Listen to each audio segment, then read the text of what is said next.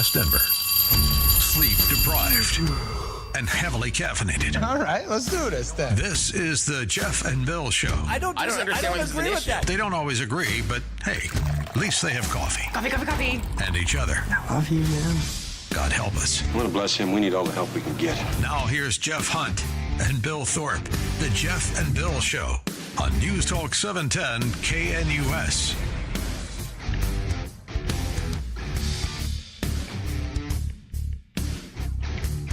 7 a.m. in the Mile High City on this Wednesday, August 13th, 2025.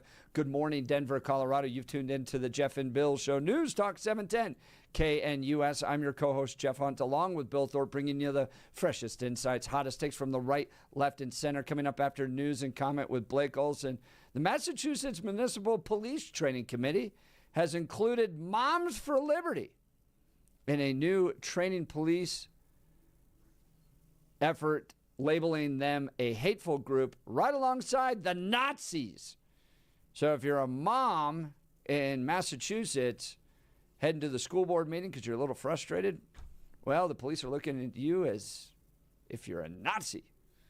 We'll talk about how the SPLC, which is labeling groups like Focus on the Family hate groups, is contributing to this effort to mark conservatives alongside Nazis. We're going to talk with Tyler O'Neill, the Daily Signal, coming up here in just a second. Now it's time, though, for news and comment with Blake Olson. Blake Olson. Blake Olson, news and comment. Hey, it is Wednesday. Good morning. 65 and sunny, expecting a high of 96 today. This portion of the news sponsored by Pastor Camp Heating and Air Conditioning at 303-777-1234 to learn more about special savings opportunities on Lennox equipment. Our top story, police confirming the death of a teen at Echo Park Stadium in Parker. The unidentified 18-year-old girl allegedly died after falling from a moving vehicle. The car was reportedly being driven by another juvenile. Police say the case is still being investigated. And this reminds me that school is back in session for a lot of districts, so drive carefully and be on alert. DJT will speak with Ukrainian President Zelensky on a video call today about ending the war with Russia. VP Vance and U.S. European allies are also expected to be on the call, which comes ahead of Trump's meeting with Russian President Putin in Alaska on Friday. National Guard troops patrolling the streets of D.C. They reported for duty Tuesday following DJT's order to address crime in the nation's capital. The administration says homeless people in the district could face jail time during the federal crackdown. The corrupt commies on the left continue to be exposed, from the auto pen and Biden to Schiff and Brennan and Clapper and Clinton and Comey to every other lizard in D.C. on the left. Conservatives hoping the indictments come. James Comer, he's a good guy. This is just more evidence of how the deep state tried to interfere in our elections. The deep state needs to be held accountable. The evidence is coming forward. Thank God for Kash Patel and Tulsi Gabbard and John Radcliffe. They're doing what we've hoped would be done for a long time, and that's exposing the truth. And with great investigative reporters like John Solomon, great platforms like yours, Sean, we're finally going to see justice, I think. At the end of the day, more than anything, we have a new intelligence community, one that we can trust now, one that is going to be rebuilt, and hopefully we'll be safer now because we have a credible intelligence community. On Fox with Hannity, of course, Harvey Weinstein will be sentenced today in his sex crimes retrial. A former security guard is facing charges for allegedly threatening Little League International. Now, police in South Williamsport in Pennsylvania say the 20-year-old named Isaiah Randall texted his supervisor, quote, "You better have heavy security," after being fired by a private security firm in Little League headquarters, So the Little League World Series begins today, and thankfully they may have prevented a horrific crime there. Those are the stories we never hear about. The makers of South Park have released an alternative ending to their recent episode spoofing Kristi Noem. A clip from the satirical cartoon released Tuesday shows the DHS secretary shooting up a pet store. The scene is a reference to an admission in Noem's memoir that she once killed her family dog because it was untrainable. Episode 3 of the new season comes out next Wednesday. Fire officials are concerned that the Lee Fire in Rio Blanco County will grow due to continued hot and dry weather. As of last night, the acreage burned is over 120,000. Rockies blank the Cards 3-0 at Busch Stadium. Getaway day is this afternoon. Broncos continue preparation for the Cardinals on Saturday in preseason game number 2. And this has been going on. It's just amazing when you think about preseason football for 40, 45 years. They always play the Niners and the Cardinals back to back. It just shows you how meaningless this is. But important for those third-teamers, second-teamers, maybe some fourth-teamers in there trying to open the eyes of coaches before cut day comes along. 63 in Lakewood, 62 in Castle Pines, and 65 in Denver. Jeff and Billy continue.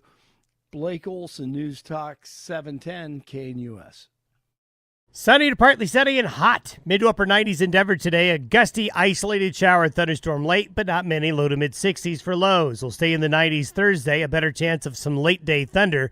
Lower to mid 90s Friday, near 90s Saturday. For Friday and Saturday, a higher chance of afternoon and evening storms.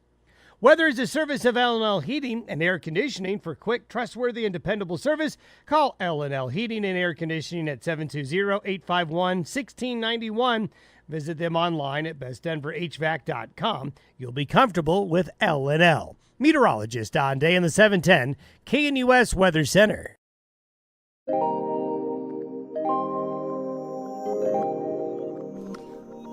So when it comes to the tentacles of the left and how they work their way through nonprofit organizations and utilize groups like the Southern Poverty Law Center to come up with hate lists and then target conservatives, it's all orchestrated, it's all funded, it's all strategic, and the guy who maps this better than anybody else is Tyler O'Neill. He's with the Daily Signal, senior editor. Tyler, thank you for taking time to join the Jeff and Bill Show. Yes, good morning. Thanks so much for having me. So your latest tweet on this is interesting. Massachusetts is training police to view Moms for Liberty as a force of hate. Tell us about this. Yeah, so this is really shocking. What we saw here is a Massachusetts police training curriculum have a lesson that goes through all of the hate and extremist groups in Massachusetts and listed alongside Antifa and those who actually, engage in violence, you had Moms for Liberty, which the only reason why Moms for Liberty was on there, and this is, shown later on in the document, they cite, it's called an anti-government extremist group by the Southern Poverty Law Center.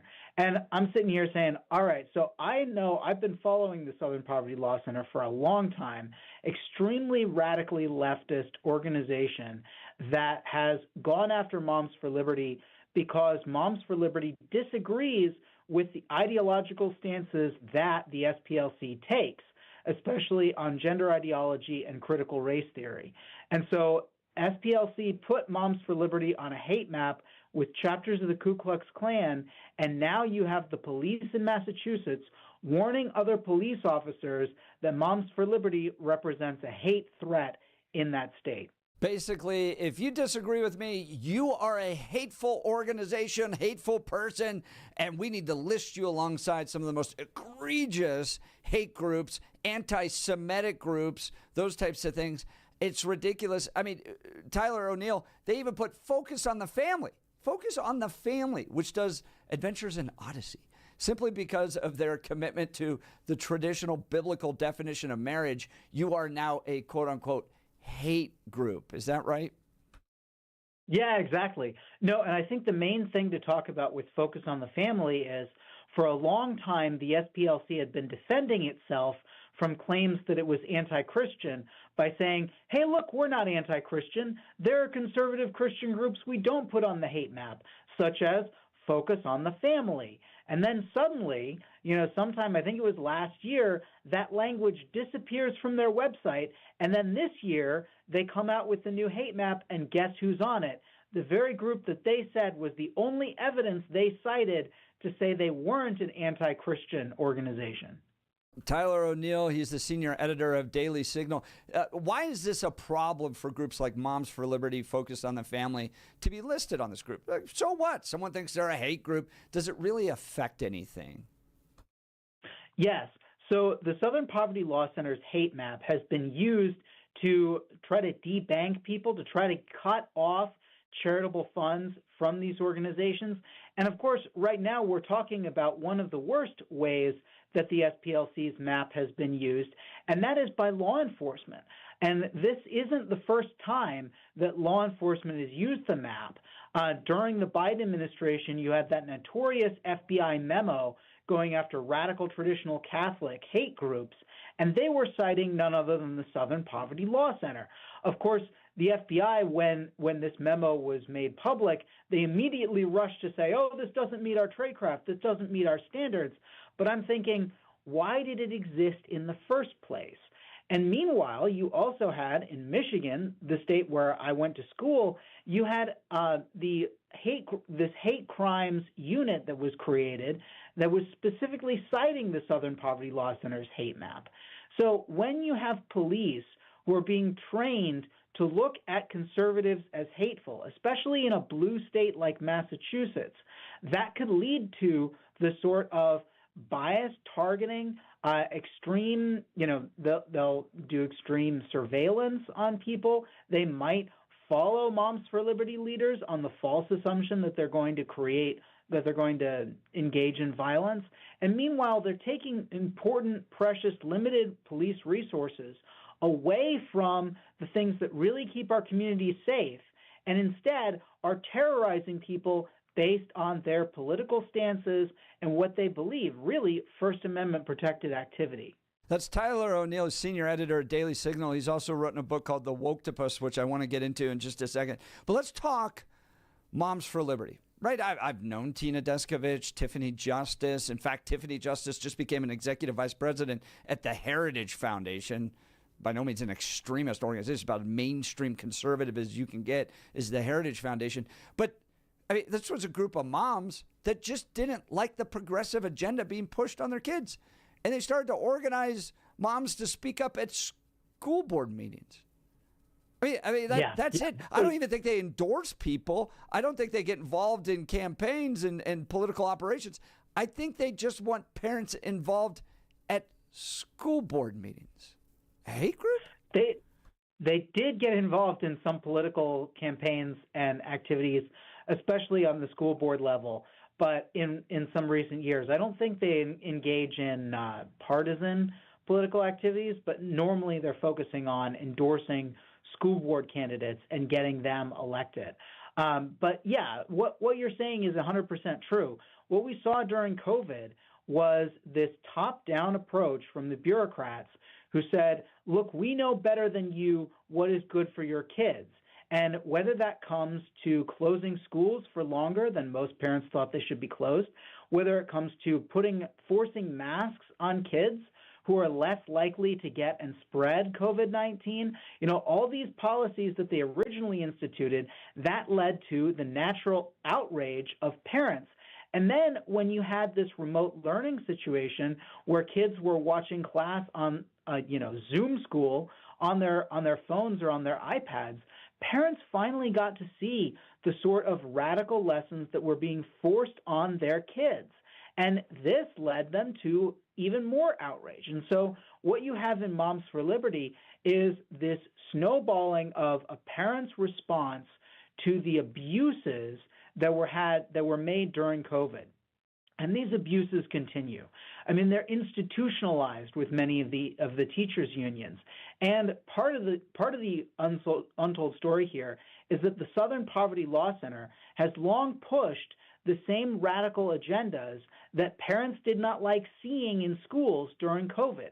So when it comes to gender ideology, teaching the idea that a boy can become a girl and vice versa, when it comes to critical race theory, which is this idea that America is fundamentally racist, institutionally racist, and therefore people of a certain race are inherently oppressors or oppressed, these are very divisive ideologies, and the Southern Poverty Law Center had, through its education arm, which used to be called Teaching Tolerance and then rebranded as Learning for Justice, when tolerance suddenly no longer became the main thing they were focused on for some reason. Learning for Justice has long encouraged critical race theory and gender ideology. So when Moms for Liberty comes out and says, no, we are moms and dads who don't want our kids indoctrinated with this nonsense, when the SPLC puts them on the hate map, that makes a lot of sense from the SPLC's perspective, because not only are they exaggerating hate to scare donors into ponying up more cash, but they are also saying these critics of ours who disagree with our agenda, you can't have them in public. They should not be given a platform. And therefore, what they're doing is defending their own ideas and silencing the opposition with this nefarious agenda. That's Tyler O'Neill with the Daily Signal. Now, Tyler, I want to ask you a series of questions just because I want to point this out. It's happening in Massachusetts, okay? Is there any evidence that Moms for Liberty is endorsing anti-Semitic candidates? No. Okay, so no evidence that they're endorsing anti-Semitic candidates. Okay. Now, I just want to remind our listeners that there's a certain problem happening at a university in Massachusetts with anti-Semitism. Harvard University. In fact, the president at one point lost her job because she wasn't willing to address the anti-Semitism that was taking place on her college campus. Now, the Massachusetts police are being trained to look at moms, who are not anti-Semitic, by the way, no evidence that they are, as hateful. Meanwhile, my guess is, Tyler, there's no evidence that the Massachusetts Municipal Police Training Committee is looking at, let's say, Harvard professors or Harvard administrators as being hateful. Any evidence of that? Yeah, I would assume there'd be a very loud outcry from the left and from Harvard University if that had been demonstrated to be the case. Right. So moms that show up at school board meetings that happen to be conservative, hateful. Harvard professors and administrators who are actually anti-Semitic, not hateful. That's what's happening in Massachusetts, it seems like. Your thoughts?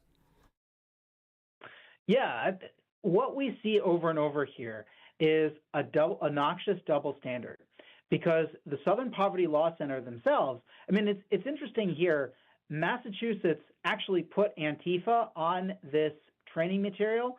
I think that is at least a tiny step in the right direction, but when you're putting Moms for Liberty on there too, you are implying something that is not true, that the violence and destabilization on the left, which Antifa represents, is somehow equivalent to moms and dads coming together to organize to, demand a say in their kids' education, which is as American as apple pie.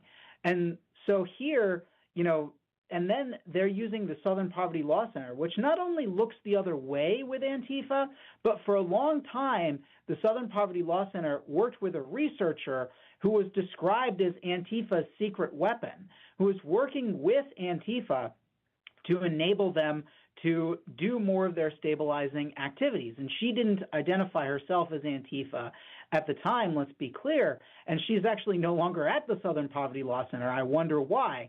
But the issue is the SPLC has long had this double standard where they will overlook anti-Semitism on the left and they will overlook the violence of Antifa while they are screaming to high heaven about the Proud Boys, which themselves were a response to Antifa, and about Moms for Liberty, and about, oh, well, let's see, Focus on the Family Research Council, Alliance Defending Freedom, now PragerU, and Turning Point USA, which are all on the hate map now. I mean, it's almost as if you have any conservative organization that you can think of, especially social conservative, and it'll be on the hate map. Well, and I think part of the problem is with this, Tyler O'Neill, is that there are actually hateful organizations. You have the Nazis, for instance. And then when you throw everybody together that you just disagree with, you see this constantly on the left. I disagree with you, ergo you're a Nazi fascist. You actually diminish the hate that Nazis bring to our community. Because if everybody's a Nazi, well, then nobody's really a Nazi, right? Well, and it brings, so over and over again we have, and I think it is healthy that we have this absolute abhorrence to everything that the Nazi Party ever stood for. And I think that is good. And we also have an abhorrence to everything that the KKK ever stood for.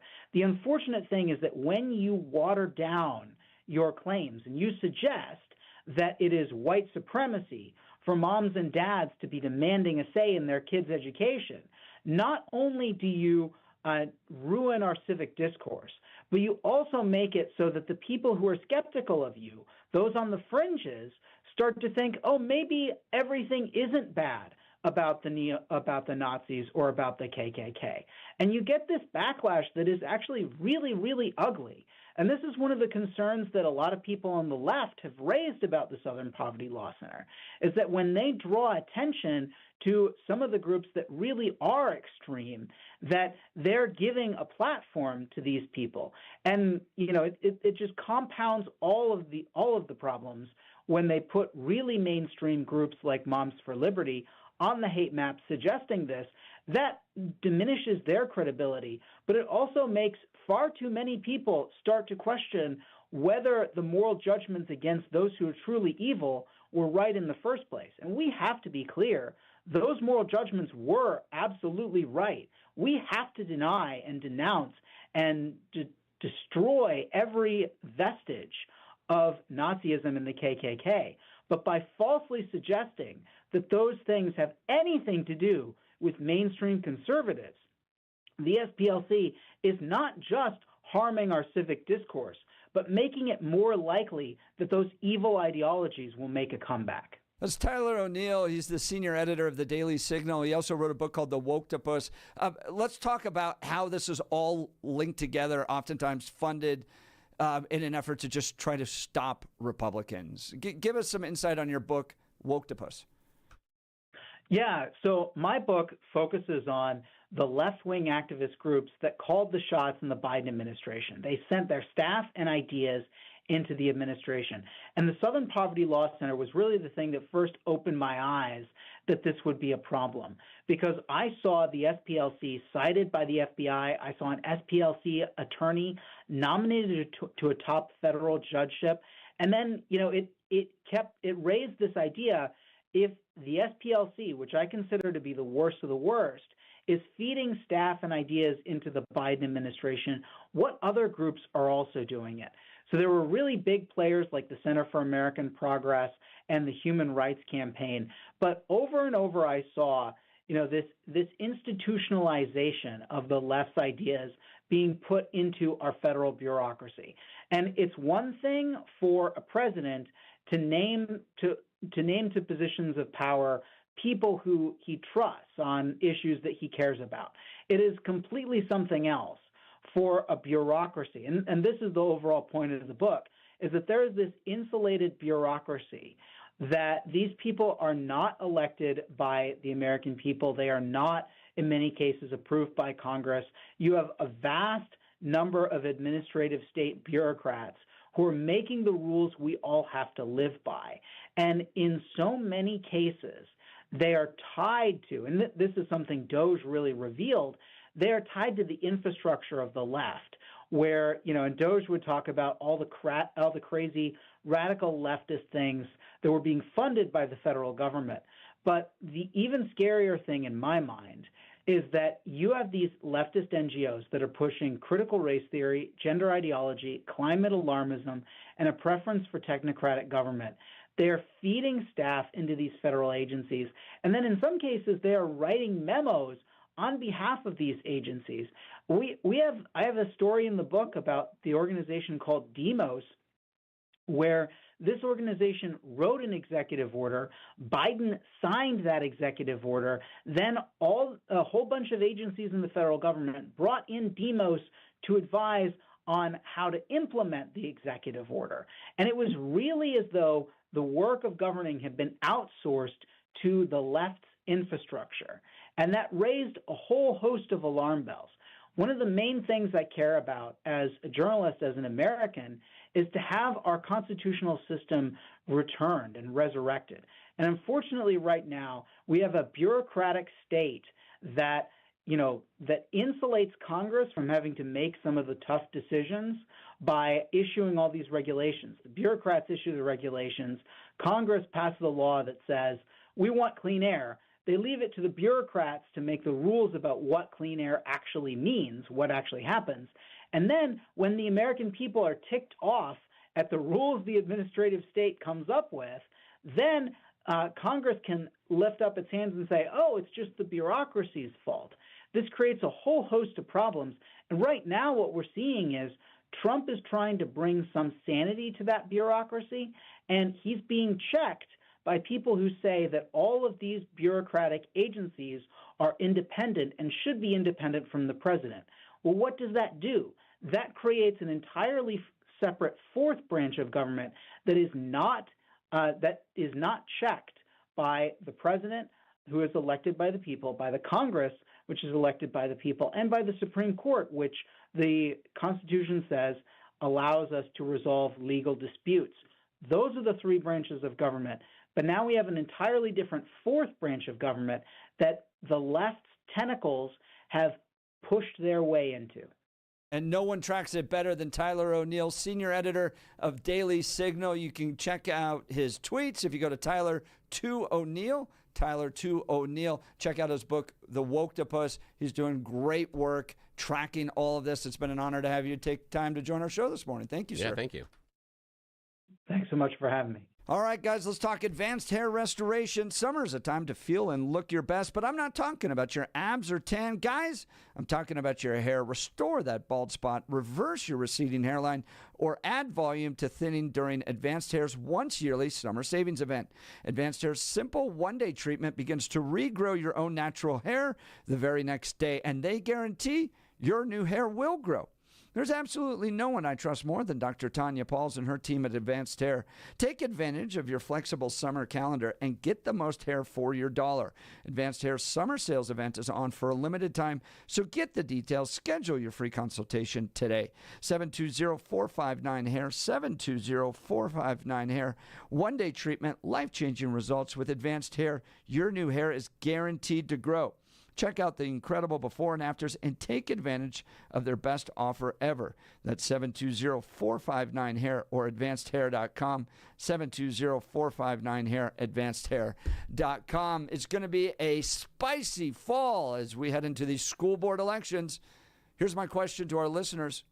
Are groups like Moms for Liberty hateful organizations that need to be confronted by police at the level and the same as the KKK? Are they radical extremists? They're bringing big problems to our schools. Or is this just the leftist effort to brand a group of moms and dads concerned about schools that aren't buying into the woke agenda to silence them?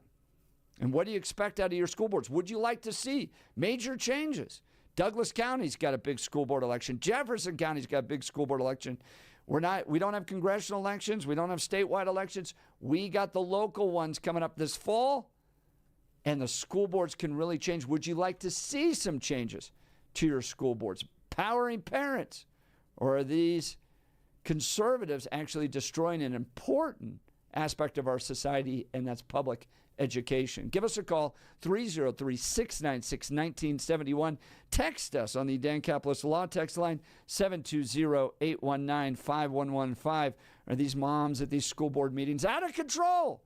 You're listening to The Jeff and Bill Show. This is Denver's talk leader, News Talk 710, KNUS.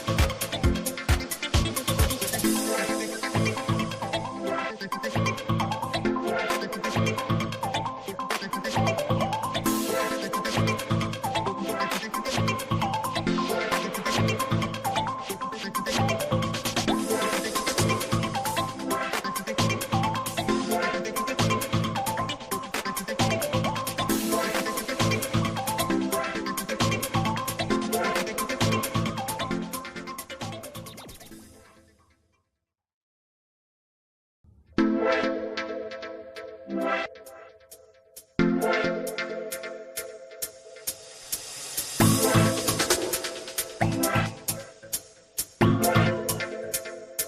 back to the Jeff and Bill Show. The Massachusetts Municipal Police Training Committee is telling its recruits, its police officers, that Moms for Liberty is a force for hate. And I just would like to point out that no evidence that Tyler O'Neill has found, that I've ever found, that Moms for Liberty is endorsing anti-Semitic candidates, for instance. Yet in higher education, at a nearby university, also in Massachusetts, well, you can hate the Jews and get tenure. So who's really hateful here? Bill, do you think Moms for Liberty is a hateful group? Well, here's the thing. I think there were portions in the conversation with Tyler that were somewhat left out.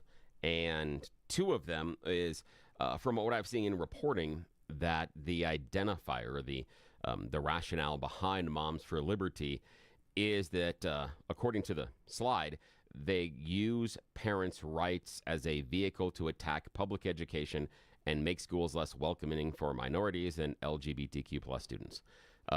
It's not saying in that if I'm looking at that slide and I'm looking at that as far as the description, I'm not seeing them on the same level of Nazis or KKK.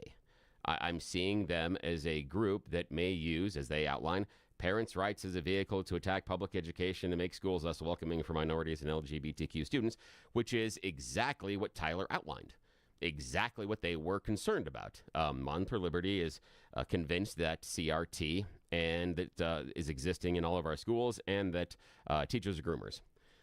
So, again, do I identify them as a hate group? No, but the identifier in the list from the Massachusetts Police Department does seem to be at least accurate. Do you believe, though, that if you don't embrace critical race theory, you're not welcoming of minorities?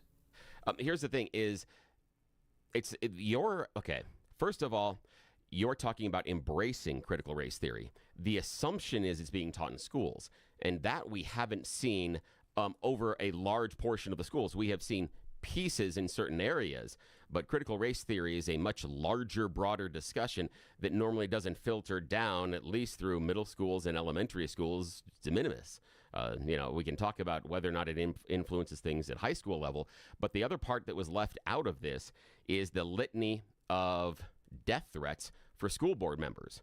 Across this country, we've seen death threats to school board members. So I would say that the characterization that Tyler offered of these concerned parents showing up at these school board meetings and wanting to make sure that their kids are being taught what they want isn't 100% accurate. Now, I didn't see more than a casual passing for individuals that identified themselves, self-identifying as being part of Moms for Liberty, issuing the death sentences or death threats. So I only saw a small portion of those that did identify that they were part of Moms for Liberty. However, the messaging seemed the same.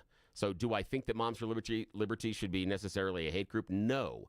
But do I see the concern that you could see from some police departments because you have parents that show up at organizations, at school board meetings, and issue death threats? There was reported one school board meeting where people that identified themselves as being part of Moms for Liberty followed the school board person out to their car and told them they were going to kill them.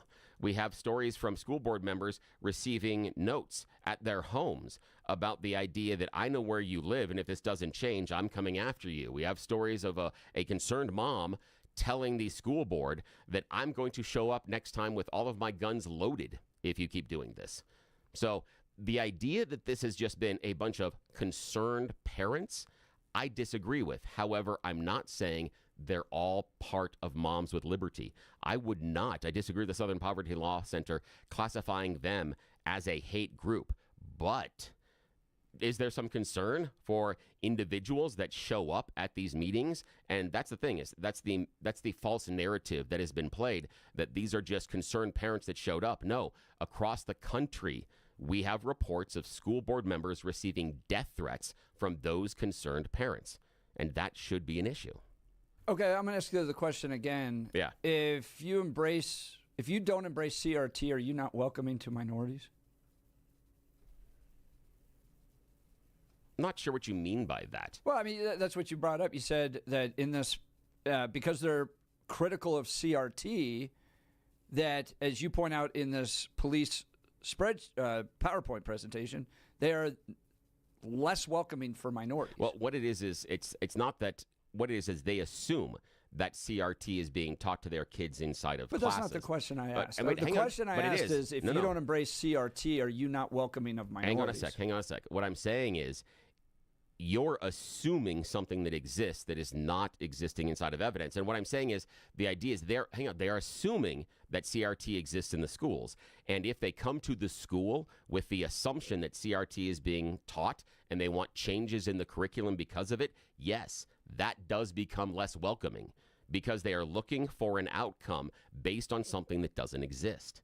That's the issue. When you want something changed based on a cause that isn't there. I mean, we're not setting up anti-Bigfoot fences around our schools because some parent shows up and believes that Bigfoot could attack the school. Same thing. They are starting with a false. No, Jeff. They're starting with a false premise. My question is. Yes. And regardless of Moms for Liberty believing it, okay? I'm just asking you. If you don't embrace CRT, are you less welcoming of minorities? What do you mean by embrace? Is that just the idea Critical that you race think? Theory. Do you believe it's right that there are systemic racial abuses taking place today, and that we need to think about race through a critical race theory lens, which means that there's oppressors and oppressed, and we need to be working in all aspects of our society to address that systemic racist abuse that's taking place today? I disagree with how you have outlined critical race theory. Tell me what it is. Critical race theory, from my understanding, is more the idea and the recognition of systems that were set up in place that have created a disadvantage. And the idea of that being things like red lines, the idea of not hiring certain individuals based on skin color.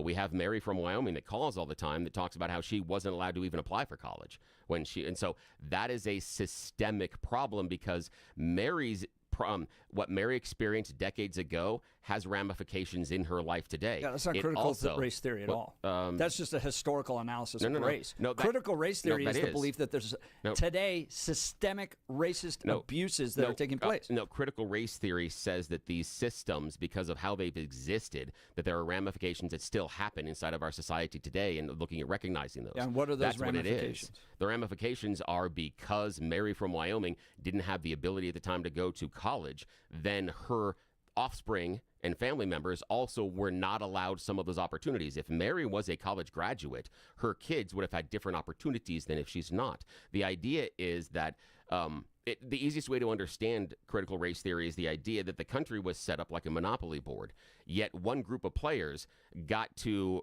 have like 400 turns before the other people were allowed to play. And then when the other people were allowed to play, they couldn't gain assets, they couldn't own property, they couldn't get rent, and they were still asked to play. And then eventually they're allowed to play, but even then not at the same level because they're not allowed the same level. But that's just not critical race theory. That's a historical analysis of racist policies that have taken place. But critical race theory, which I've read Ibrahim Kendi's books, okay?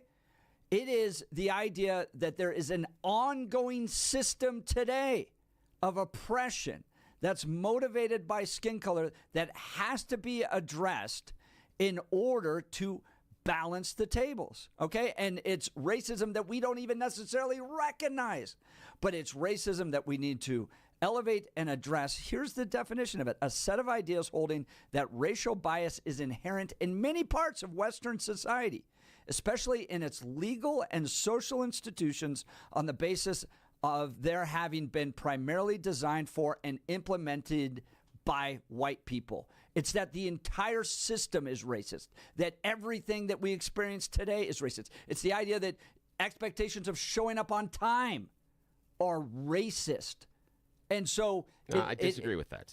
That's I that's disagree. the definition of critical it race didn't- theory, it Bill. didn't- no, that's you why added it that showed up you like added in the that- last 5 years. No, it's been around for much longer than the last 5 years. It's only that conservatives didn't pay attention to it until the last 5 years. It has been around since then.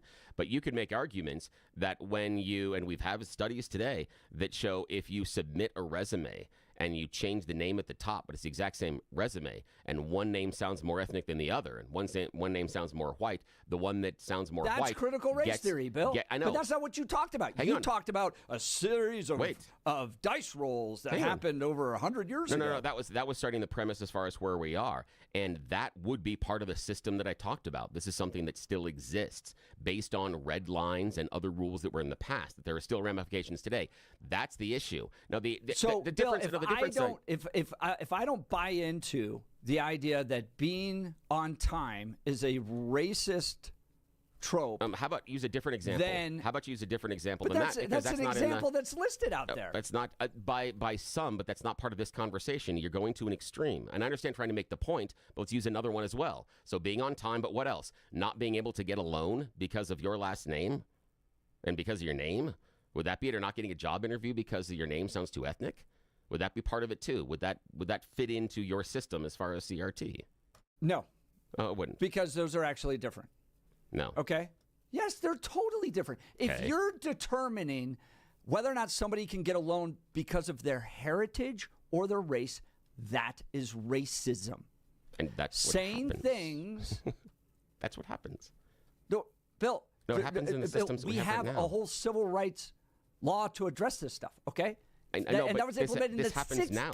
I know, but this happens now. And that's systemic racism, But, right? I know, if that exists, all right? And that's part of but that's part of what the CRT saying is about. We're not going to allow Asian kids into Harvard, for instance, because we want to have a different mix of color because there's been there's been suppression, and the idea of working hard is somehow racist, and having those expectations and giving grades to people, for instance, is somehow a white racist thing. That is critical race theory. It is different than actual documented systemic racism. It's saying cultural things like showing up on time or getting good SAT scores or actually racism. No, see, that's what. Yeah, I mean, Bill, you haven't read Abraham Kindi. This is what he's all about. He makes the argument that everything's racist. Everything that we do is racist. Racism is embedded in every aspect of our society. That is critical race theory. It's different than going, well, we're going to penalize a bank because they're denying loans to people based upon their last name. Those are two separate things. While I haven't read Kindi, I have read discussions and I have read curricula that talks about critical race theory on the graduate level. And what they're talking about larger, and whether or not we agree with what Kindi's talking about, is that larger system that does exist. And part of it is we even have contemporary examples of someone that is having their house appraised. And if the house appraiser shows up and believe it's a white couple living there, the house gets one valuation. If they believe it's a black couple living there, the house gets a second evaluation. Those are contemporary examples that have happened in the last 24 months. That's actual racism. I know, but hang on. That's part of what is baked inside of critical race theory, is the idea that these systems are set up, that there is an inherent bias. Now, do I go as far as to say that the white people have designed this and perpetrated this and this is the goal? No. But is there some inherent biases that exist? Yes. Yes, there are. There's some inherent biases that are both positive and negative at times. And again, it's just a matter of recognizing those. That's all it is. The problem I have is that the Moms for Liberty seem to see that critical race theory down through all of education. You talk all the time about this Marxist idea of oppressors and oppressed. Correct. I see the same black and white view of the world through Moms from Liberty, because all they see this has got to be critical race theory because I disagree with it. That they disagree with this thing politically, and that's what I'm hearing, is that then it's got to be critical race theory. That's it. No, if they don't teach history like it I is know. critical race theory. And just because you it's not. challenge the idea of critical race theory does not make you unwelcoming to minorities. I'm just saying there are it's examples. ridiculous. It's a Marxist worldview. It should be challenged. It's destroying our communities. And the idea that the Massachusetts police said, well, you're unwelcoming to minorities because you don't embrace this Marxist trope, then it's unfair to Moms for Liberty. And it's an effort to paint in a political opponent. And I'm going to point this out again. all while you can be a tenured professor at Harvard and actually hate the Jews. All right, give us a call, 303-696-1971, or text us at 720-819-5115. Talk about, is CRT actually a systemic problem within our schools? Is it overblown? Is it just an effort to try to understand racism that does actually exist? Happy to hear from you. And then what do you expect to hear and see from moms this upcoming, and dads, from this upcoming school board elections? Do you want to see more conservatives on school boards? Give us a call, 303-696-1971, or text us at 720-819-5115. You're listening to The Jeff and Bill Show. This is Denver's talk leader, News Talk 710, KNUS.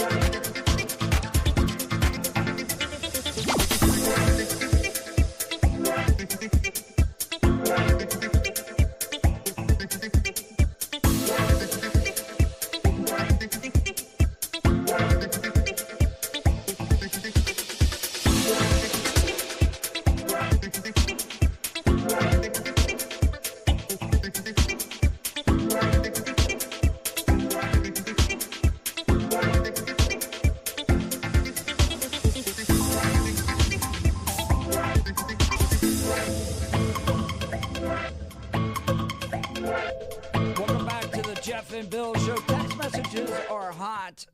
Questioned whether or not Moms for Liberty should be deemed a hate group by the SPLC. And in one of the slides put up by the Massachusetts police, who or using the SPLC as a guide here and say, yes, Moms for Liberty is a hate group, is that they make schools less welcoming for minorities. And my question is, well, what does that mean? And a good delineation, this comes from one of the text messages, between confronting and condemning racism and embracing CRT is if someone denies a bank loan because of someone's race or ethnicity, that is illegal, and conservatives would condemn it. Critical race theory would take the argument to the next level and go, due to systemic abuses over centuries, reparations are due. And it's up to you to right the wrong with these systemic abuses by paying reparations, which conservatives argue, well, that's just racism continued. You're looking at people that never owned slaves and making them pay based upon their skin color in order to address systemic abuses long term. It's a Marxist worldview. I think it should be condemned. And I think when you do that, you're not making schools less welcoming to minorities. My exposure to CRT hasn't been all core belief about reparations, that everything has to be about reparations, more about an examination and acknowledgement of the system. And the idea and what you pointed out would be looking at the system to see about the percentage of loans that are approved and denied based on racial makeup. That would be an acknowledgement of the system. That would be it. And that would be where CRT would lead you down. All right, we'll continue. You can join us. You're listening to The Jeff and Bill Show. 710 K.